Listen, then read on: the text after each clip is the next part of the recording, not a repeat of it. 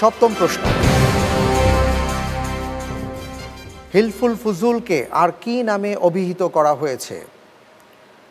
ক হিলফুল মুতাইয়্যিবিন, খ হিলফুত তাইয়্যিবিন, গ হিলফুস সালিহিন, ঘ হিলফুল মাজলুমিন।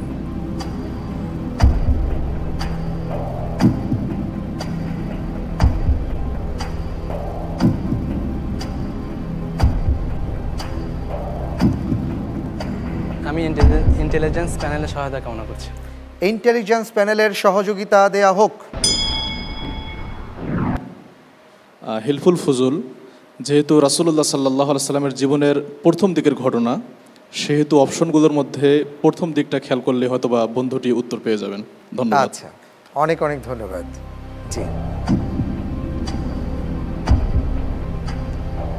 জাযাকাল্লাহ, ধন্যবাদ ইন্টেলিজেন্স প্যানেলকে।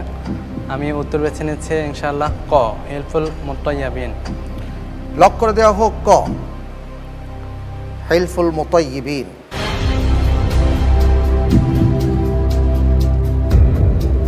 আপনি যে উত্তরটি দিয়েছেন সহযোগিতা নিয়ে, আপনার উত্তরটি সঠিক হয়েছে। আলহামদুলিল্লাহ। আলহামদুলিল্লাহ। কেমন লাগছে আপনার? আলহামদুলিল্লাহ, ভালো লাগছে। ভালো লাগছে, মাশাআল্লাহ।